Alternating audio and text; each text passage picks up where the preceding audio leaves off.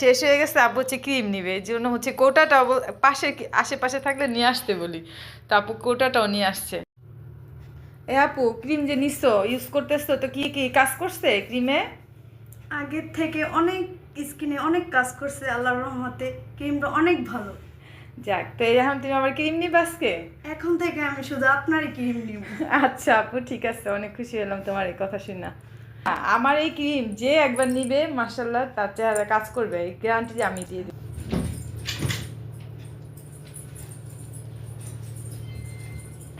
কি খালি একে সুন্দর না, বান্ধবী গো আবার বললো যে এখানে ক্রিম পাওয়া যায়। আমি যদি সুন্দর হয়ে দেশে যাই তখন কইব, সবাই কইব আমার ওই ক্রিম লাগবে।